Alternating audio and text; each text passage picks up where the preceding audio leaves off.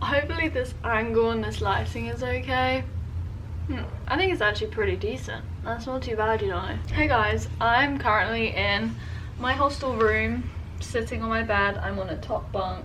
My hair is quite windswept just because I've just gotten back from the shops from Aldi. If you've watched my other vlog, you'll kind of know where this fits in. It's currently 2:45 to 3, so the hostel's quite quiet. It's not even been 2 days since I arrived here in Australia, here in Melbourne, and yeah, I basically just wanted to talk to you about my kind of first impressions or how I'm feeling, because again, if you've watched my other vlog, you'll know that I'm very homesick. I feel very like overwhelmed and homesick, and yeah, just not really myself because everything is new. I wanted to document this whole travel experience, this solo travel experience from start to finish, and I think this is part of it, like me giving you one-to-one down-to-earth chats. I know that I'm going to be jumping to conclusions with a lot of things, but I know that when I sit down and talk to you guys about things, it really helps me. Okay, let's just put this into context. So I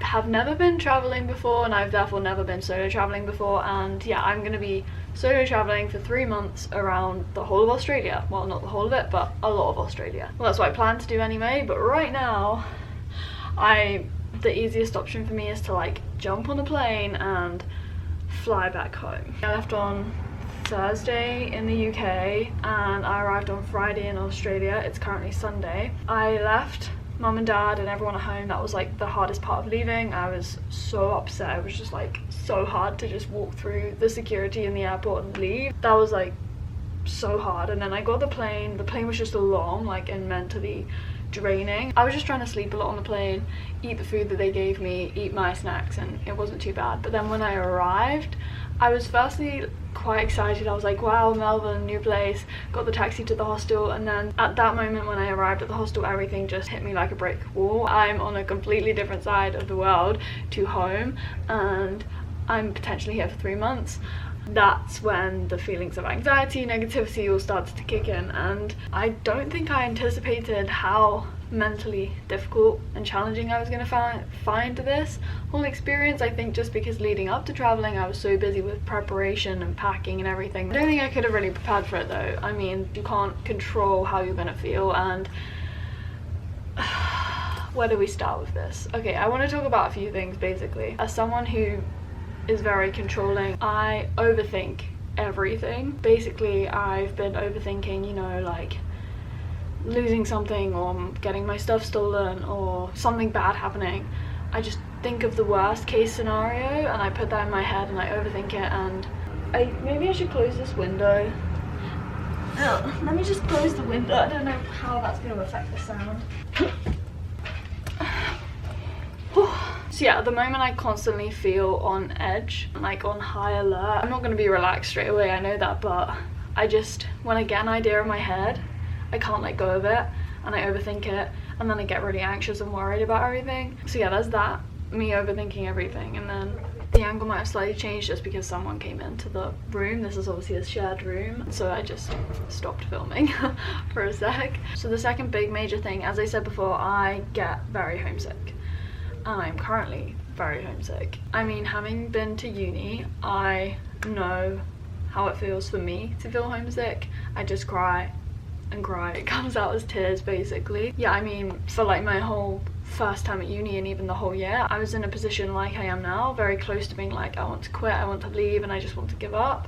And that's exactly how I feel right now. But I know that at uni, what I did is I stuck it out for a bit. People told me to give it time, and I learned, having done that time does solve a lot of things and it helps you find your feet. You can't force anything, you just have to give it time. I know that I need to give it time now, but when I'm so stressed and I'm homesick and I'm worried about everything, I just can't tell myself that, and I can't believe that. But yeah, I feel so homesick like I did at uni, but this time I feel it's even, like, not worse, but it's just on a much bigger scale, just because physically I'm so much further away from home, and it's not as if I can quickly get home. It like takes a day to get home.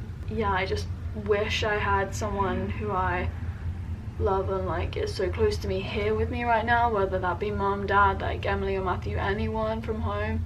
I just wish I could see them. Okay, people I think are gonna start coming in, so I need to kind of make this quick. But yeah, about the homesickness thing, when I'm not doing things and I'm not distracting myself especially, this is when I get myself really down. So now I'm actually feeling okay. If I'd have filmed this morning, I probably would have been in tears. I'm obviously very jet lagged, so I'm not sleeping that well, and so when I do wake up, all I can think of is home, people at home, what I've left behind, and that's what's making me cry. So I'm crying myself to sleep and I'm crying when I wake up, and yeah, it's hard. So I woke up this morning not feeling great, but then I distracted myself. I went on a long run this morning and I've been to the shops, I went to the market, so I have been distracting myself, and that's when I can take my mind off things. But when I don't distract myself, and especially at night times when I'm just not sleeping, that's when I'm most upset.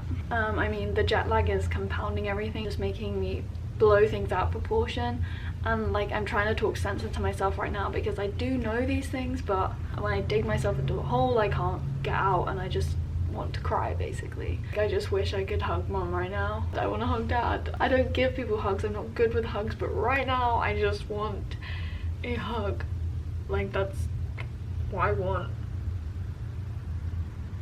But home is always gonna be there, you know. This is an adventure. It's 3 months, and if I can stick it out, I will be so proud of myself, and like, I'll come out at the end of it knowing that I can get through things like this. Right now 3 months sounds like a lifetime, and time seems to have slowed down, but I think what's most important is taking things in baby steps, taking each day, even each hour at a time. Tomorrow is Monday, and that is when I will officially start one of my first tours, because I'm obviously solo traveling, but I'm very much not going to be alone because I have booked in like every hostel that I'm going to be at, and like I've got tours, so I will be with other people a lot of the time. And like, on the topic of people, that's my next big thing to talk about. Socializing as an introvert, I mean, this to me is like way out of my comfort zone. I'm in this hostel, it's fine, like sharing is fine to me, but I've just never been in a place where I'm always with people. Like right now it's quite rare that I'm in the hostel room on my own, but as I said, it's like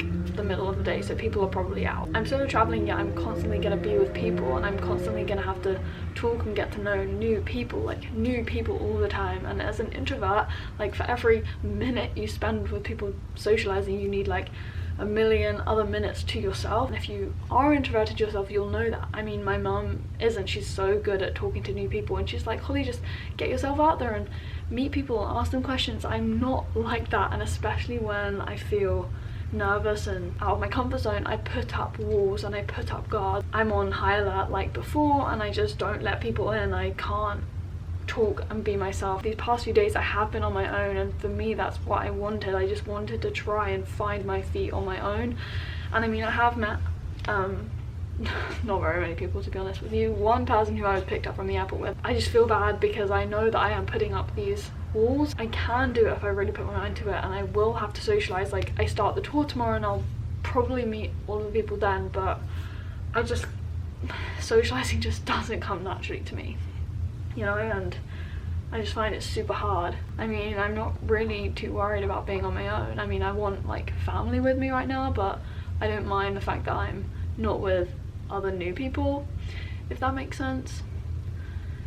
So yeah, I mean, I've got to just tell myself that I did it at university. That did take a while, so here I haven't got very long. Like, I'm going to be on a tour for a maximum of say 8 days, and in that time I've got to meet new people. So now, you know, everything's just more intense. There is obviously more I can sit here and say. I could talk to you guys for ages. Sometimes I feel like I might be hiding behind the camera, but it does help me if I'm vlogging and I'm documenting this. I mean, some people probably think this is stupid, that, you know, I'm homesick and upset, but to be honest with you, this is all the stuff I omitted when I was at university. I was very new to YouTube, and I just didn't want to put a video about me being down or crying online. Whereas now I feel like if I didn't show this, I wouldn't be being truthful to myself, and I wouldn't be showing you exactly how I'm feeling. I watched a lot of travel videos before I went and when I was packing and everything, and in a lot of those cases it all looked amazing and the people were so happy from the get-go. I'm hoping that if I stick this out for 3 months, I'm sure it's gonna be such an amazing time, and I mean, this is an incredible opportunity that I don't want to just throw away.